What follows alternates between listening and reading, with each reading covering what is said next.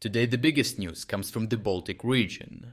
Here, NATO surveillance flights over Kaliningrad and live fire drills in Estonia suggest that Europe is no longer treating the Russian exclave as a passive threat. Instead, Kaliningrad is being studied and tracked, while its neighbors are quietly preparing for a worst-case scenario. Recently, Germany's military counterintelligence service has reported that Russian espionage cases nearly doubled over the past year. Officials say Moscow's operatives are using more aggressive cover strategies and entering Europe via third countries like Serbia and Turkey to evade detection. At the same time, cyberattacks and political interference campaigns have surged across the Baltic states. In just the last month, Lithuania reported GPS spoofing on its commercial aircraft, Estonia flagged coordinated hacks on state infrastructure, and Russian-linked groups funded several political rallies in Latvia.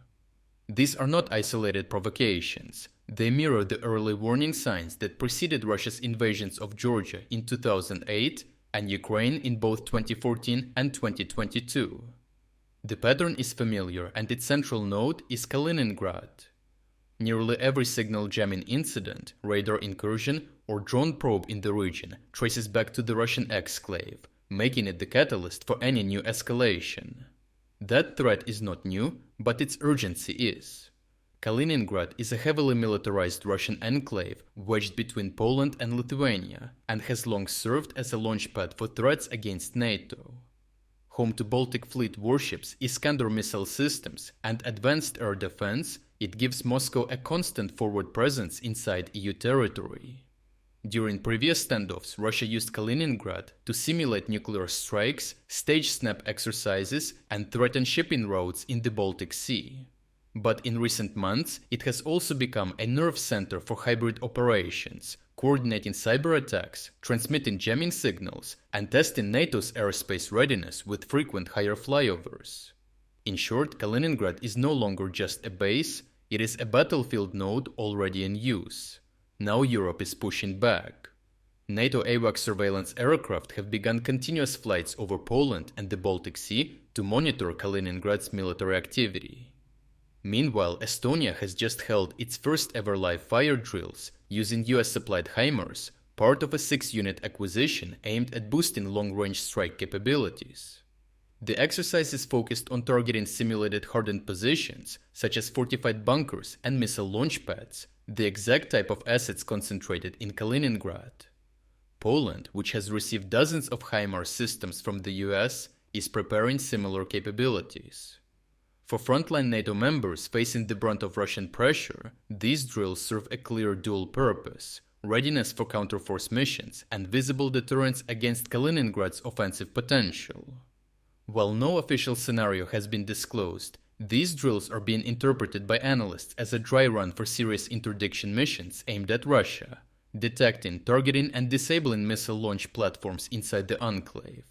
In parallel, Poland has expanded troop deployments near the border, and Lithuania is accelerating work on reinforced border barriers.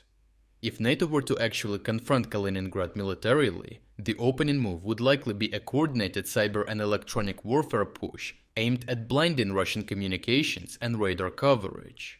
This would be followed by continuous aerial reconnaissance through AWACS and high-altitude drones to confirm positions. Long-range precision strikes would then target key installations, Iskander launchers, air defense nodes, and Baltic Fleet command centers. HIMARS batteries in Estonia and Poland could disable fixed missile sites, while German and US aircraft execute follow-on suppression missions.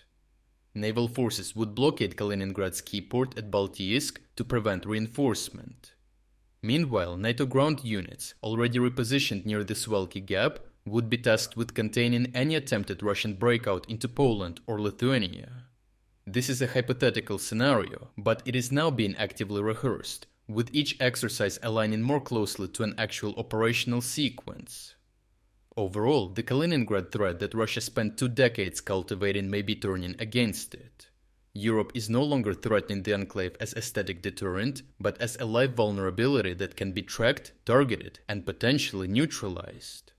For the Kremlin, this shift carries enormous risks. Losing Kaliningrad would not only be a massive strategic blow, but also a symbolic collapse of Russia's forward posture in Europe.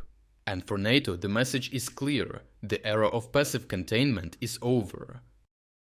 If you are against the invasion of Ukraine and you want to support the work that I am doing, consider subscribing to our own independent news website.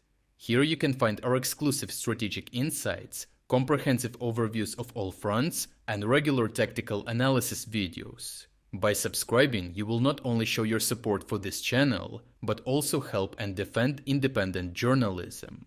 The link to our website is in the description. Thank you for watching this report, and I appreciate everyone who stepped up to join us.